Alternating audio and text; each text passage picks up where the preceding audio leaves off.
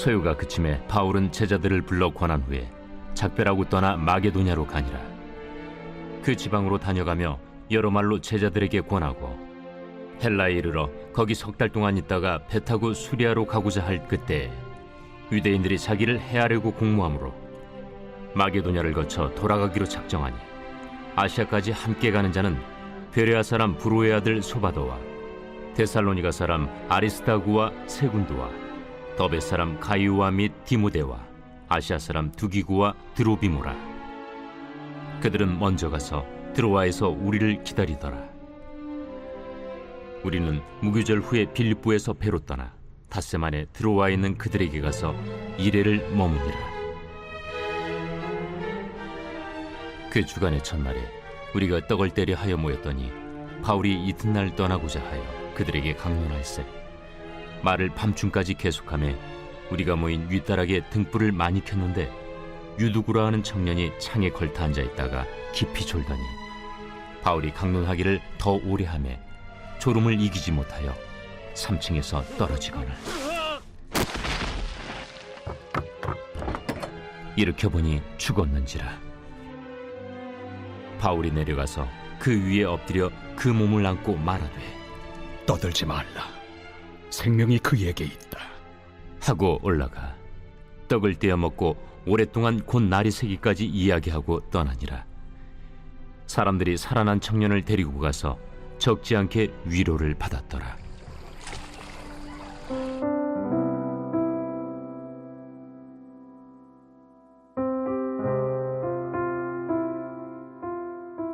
자신을 붙잡고 말씀을 좀 더 해달라고 부탁을 하던 사람들을 두고 떠나며 하나님의 뜻이면 내가 반드시 여기에 다시 오겠다 약속을 했던 그 지역이 바로 에베소 지역입니다.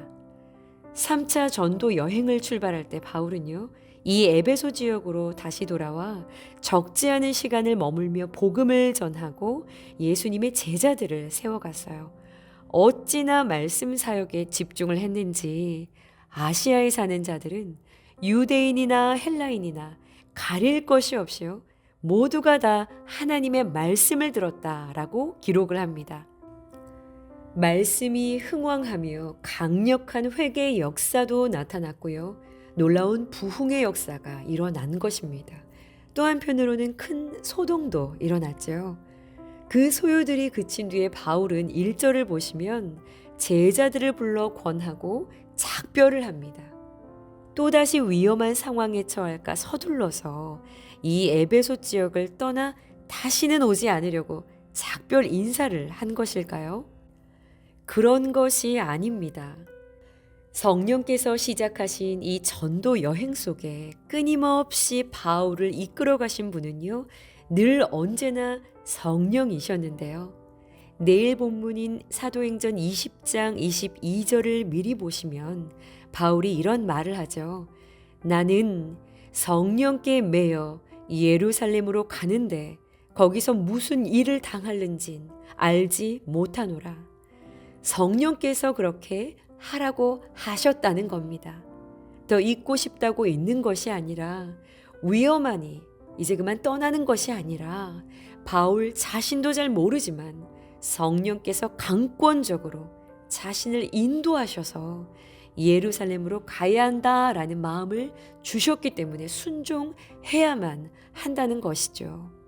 예루살렘에서 환란이 기다리고 있을 것이라는 감동도 주셨던 것인데요. 그래서 바울 스스로 이 제자들과의 이 만남이 마지막이 되겠구나라는 생각을 했던 겁니다. 여러분, 오늘이 마지막 날, 또 지금 옆에 있는 이 사람과의 만남이 마지막 만남이라는 그런 생각을 하면서 살아가시나요? 확실히 이런 생각들은 우리 삶의 질을 더욱 낮게 만들죠. 저희 어머니의 방을 들어가 보면 항상 정리가 되어 계신데요. 가끔 들어가 보는데 계속해서 눈에 띄게 살림이 줄어 있어요. 3년 전에 한 해에 시어머니와 친정어머니 두 어르신이 다 소천하시면서 떠나고 난 뒤에 그 살림을 저희 어머니께서 정리하셨거든요. 그때 정리하시면서 참 많은 생각이 드셨다고 합니다. 항상 정리해야겠구나. 정리하는 삶을 살아야겠구나 생각하셨대요. 살림도, 삶도, 관계도 늘 항상 지금 후회가 없는 정리된 모습이기를 원합니다.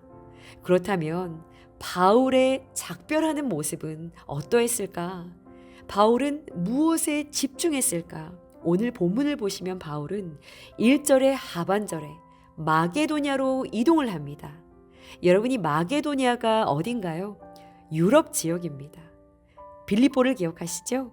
데살로니가, 베레아, 아덴, 눈물로 복음이 전해져서 교회가 생겨났던 곳들이죠.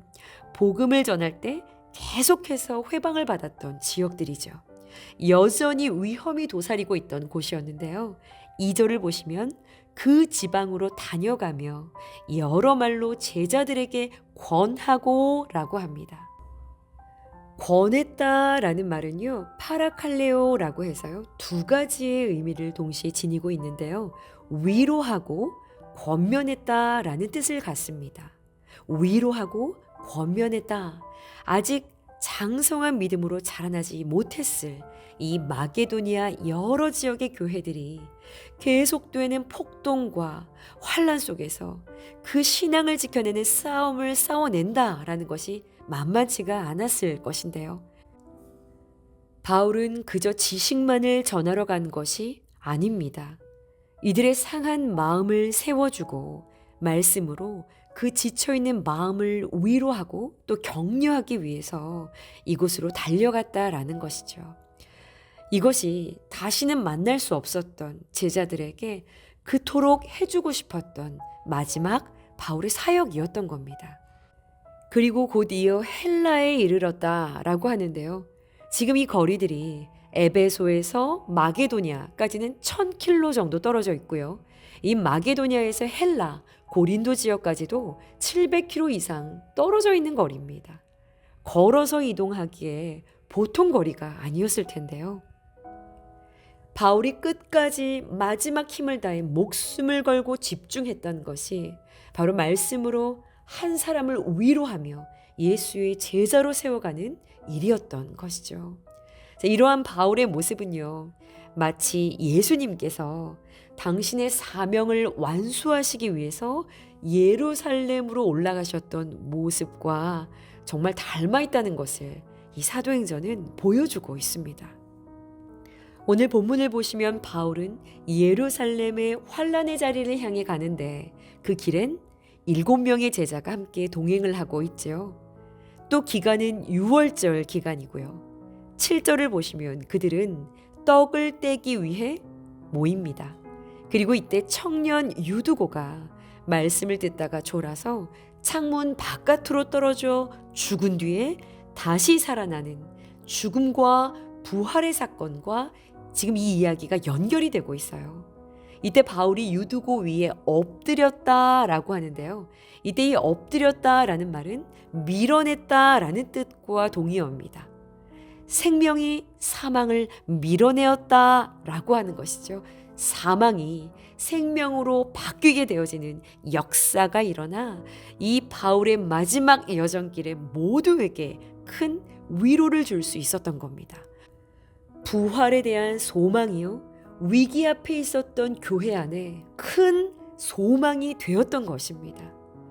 바울이 성령께 매여서 환란이 기다리고 있을지라도 이렇게 갈 수 있었던 것은 자신의 시간이 얼마 남지 않았다는 것을 알고도 사랑하되 끝까지 교회를 사랑하며 갈 수 있었던 것은 이런 동역자들과 이런 예수의 제자를 세우는 일에 열매가 있었던 것은 바울 자체가 먼저 예수를 꼭 닮은 제자였기 때문이라는 사실을 보여주고 있는 것이죠.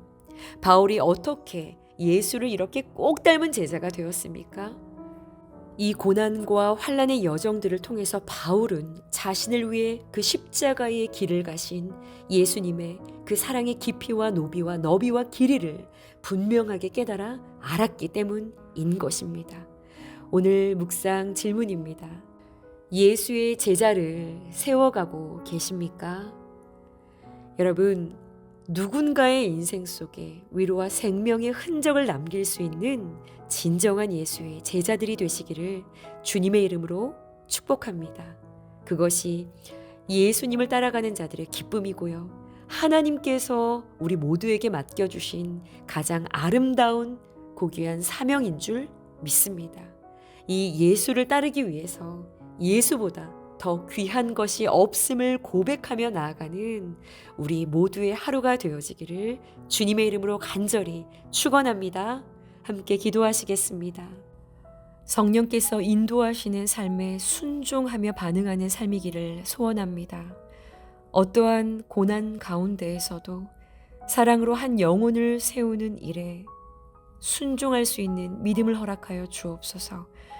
예수님을 닮은 제자로 살아내고 끝까지 교회를 사랑하게 하시고 성령의 결박 속에서도 참된 자유와 기쁨을 누리며 나아가는 예수 그리스도의 참된 제자로 서는 우리 모두가 되게 하여 주옵소서.